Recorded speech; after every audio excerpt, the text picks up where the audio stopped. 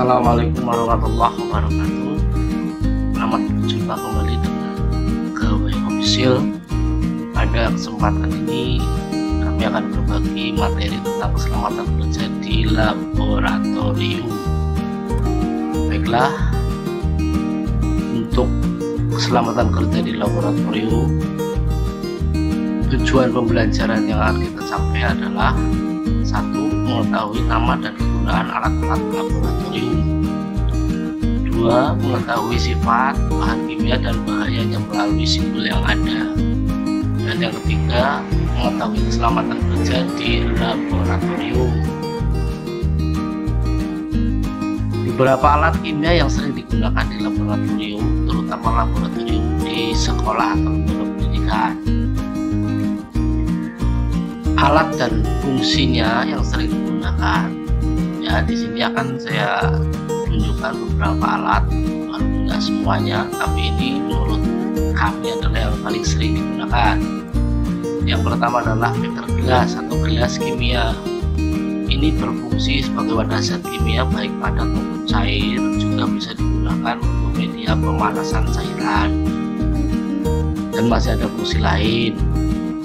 Yang kedua, Erlenmeyer, wadah larutan hasil destilasi dan lainnya, atau termasuk hasil tes filtrasi. Kemudian silinder ukur, berfungsi atau berguna untuk mengukur volume larutan secara umum. Ini digunakan untuk mengukur volume larutan apabila tidak membutuhkan ketelitian yang tinggi. Kemudian yang ketiga adalah lab ukur. Mengapa disebut labu? Karena bawahnya adalah bulat seperti labu. Ini digunakan untuk membuat larutan dan mengencerkan larutan, membuat larutan dengan ukuran dan ketelitian yang tinggi menggunakan labu ukur. Kemudian yang lainnya adalah corong gelas atau corong yang terbuat dari kaca untuk menyaring campuran. Di dalamnya harus ditaruh kertas saling, atau untuk menuangkan zat ke dalam botol, itu bisa. Berikutnya adalah kasa asbes. Kasa asbes di sini sebagai alas untuk penyebar panas saat kita melakukan pemanasan. Kemudian tungku kaki tiga atau yang sering dikenal dengan trifoot. Ini berfungsi sebagai penyangga kasa asbes pada saat kita melakukan pemanasan. Yang berikutnya adalah tabung reaksi. Tabung reaksi namanya sendiri tabung reaksi, berarti tempat untuk melakukan suatu reaksi, dan bisa juga digunakan untuk pemisahan campuran apabila menggunakan alat sentrifugal.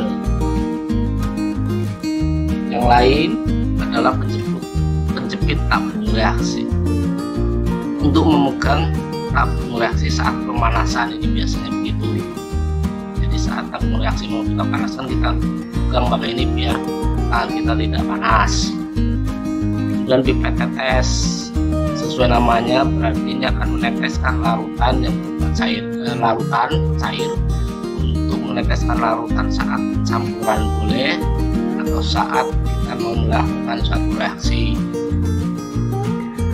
Pipet volume, namanya aja pipet volume, berarti gunanya untuk mengukur volume larutan secara teliti. Jadi kalau kita mau menggunakan volume secara teliti, menggunakan salah satunya menggunakan pipet volume.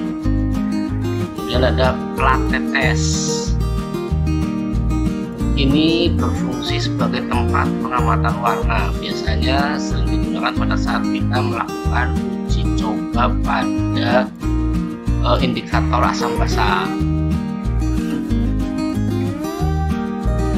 Nah, sekarang contoh rangkaian alat pada saat akan melakukan pembakaran. Ya, kita lihat. Nah, ini jadi di bawahnya ada bunsen atau pembakar bunsen. Di bawahnya pembakar bunsen. Kemudian pembakar bunsennya ini kaki tiga yang tadi berikut. Ini kaca asbes, ya, kasa asbes. Ini gelas kimia atau beker gelas. Ini larutan garam misalkan ini. Ya, saat kita mau melakukan pemanasan, contoh rangkaian alat yang tadi kita lihat satu persatu. Masih banyak lagi sebetulnya kan alatnya, tapi saya contohkan satu saja. Berikutnya beberapa simbol dalam etiket bahan kimia. Jadi berikut ini beberapa simbol yang sering kita jumpai pada etiket yang terpasang pada bahan kimia dan laboratorium kimia. Maksudnya terpasang pada botolnya atau wadahnya. Nah, ini ada gambar semacam ledakan. Itu berarti bahan itu mudah meledak. Kalau ada lambang gininya di etiket botol, berarti harus hati-hati karena bahan ini mudah meledak. Jangan sampai dekat dengan perapian atau sumber api. Kemudian yang kedua, gambar tangan yang ketetesan larutan. Ini artinya bahwa lautan ini bersifat korosif. Apa maksudnya korosif? Bisa menyebabkan kulit melepuh, ya, atau terbakar. Kemudian yang berikutnya, gambar bola api ini, itu artinya mudah teroksidasi, mudah terbakar. Bahasa lain oksidasi atau terbakar. Kemudian ada gambar tengkorak, belakangnya ada tulang disilang. Ini biasanya zat yang mengandung toksin atau beracun. Ya, yang lainnya. Nah, ini. Kalau lambangnya seperti ini, seperti kipas, itu berarti bersifat radioaktif. Kemudian kalau lambangnya kayak seperti huruf Z begini, berarti ada tegangan tinggi di situ, misalkan di sumber listrik dan sebagainya. Kalau ada lambang korek dicoret, itu berarti dilarang menyalakan api. Kalau ada lambang silang seperti ini, itu artinya bahan itu iritatif, bisa menyebabkan iritasi seperti pada selaput mata, selaput lendir, hidung dan sebagainya. Maka hati-hati. Kemudian ada lambang orang yang ada bintangnya seperti ini berarti mutagenetik, bisa menyebabkan kelainan gen, ya, karena mengalami mungkin radiasi dan sebagainya. Kemudian ada lambang seru begini, ini berarti iritasi selaput lendir, itu juga bisa, jadi mirip dengan iritatif ini. Kemudian ada yang lambang api menyala, ini berarti sudah terbakar.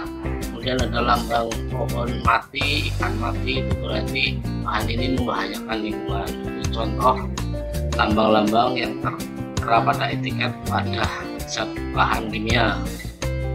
Nah, kita lihat ini contoh orang yang melakukan kegiatan praktikum dengan benar karena menggunakan alat pangan yang lengkap, ya.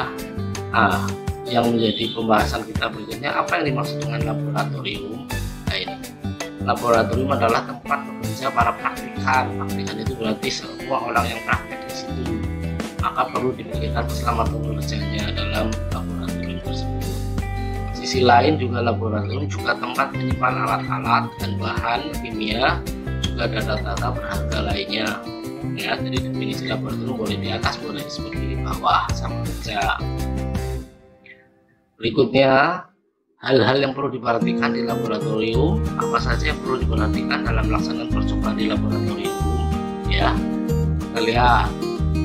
Berikut ini beberapa hal yang harus diperhatikan oleh siapa saja bagi praktikan yang akan melaksanakan kegiatan praktikum di laboratorium agar dapat meminimalisir kecelakaan atau kejadian yang tidak diinginkan bersama. Nah, satu, harus mengindahkan tata tertib di laboratorium. Taati tata tertib laboratorium demi keamanan dan kelancaran kerja. Dua, lihat petunjuk praktikum dengan benar. Jadi pelajari lebih dahulu petunjuk praktikum atau eksperimen, baik berupa LKS atau lembar kerja, agar jelas tujuannya, masalahnya, serta cara kerjanya, sehingga dapat dilakukan dengan baik, tidak salah, dan hasilnya akan maksimal. Berikutnya, alat pelindung diri. Harus menggunakan alat-alat pelindung diri, misalnya masker, kacamata pelindung, menggunakan jas lab, sepatu boot, dan seterusnya. Yang keempat, harus mengetahui alat dan bahan yang digunakan. Jadi harus memahami jenis, kegunaan, dan cara penggunaan alat-alat laboratorium secara benar. Anda harus memahami sifat bahan tersebut, cara menggunakan alat. Ya, misalnya alat dari gelas itu berarti mudah pecah, berarti harus hati-hati, jangan sembarangan menaruh, ya, dan sebagainya. Nah, ini 4 hal yang harus diperhatikan saat bekerja di laboratorium. Nah, ini contoh gambar suasana praktikum yang ada, praktikum yang benar. Jadi gambar kegiatan praktikum yang dilakukan dengan benar dan sesuai dengan standar keselamatan kerja di laboratorium, alat pelindung dirinya lengkap ya. Kemudian yang kedua juga suasana praktikum seperti yang dilakukan oleh para pelajar ini ya, para siswa. Jadi contoh yang praktikum dilakukan di sekolah atau di kampus dengan menggunakan standar keselamatan kerja di laboratorium. Yang ketiga adalah contoh kejadian kecelakaan, misalkan terjadi ledakan seperti ini, kemungkinan dapat terjadi ledakan di laboratorium sebagai bagian dari yang perlu diwaspadai dan dihindari. Nah, bagaimana cara mematikannya? Berarti kita harus tahu di mana letak dari alat pemadam api sederhana yang ada di laboratorium. Ya, kita harus tahu persis mengenal lingkungan laboratorium, letak alatnya, P3K-nya dan sebagainya. Terima kasih, semoga bermanfaat. Saya akhiri, assalamualaikum warahmatullahi wabarakatuh.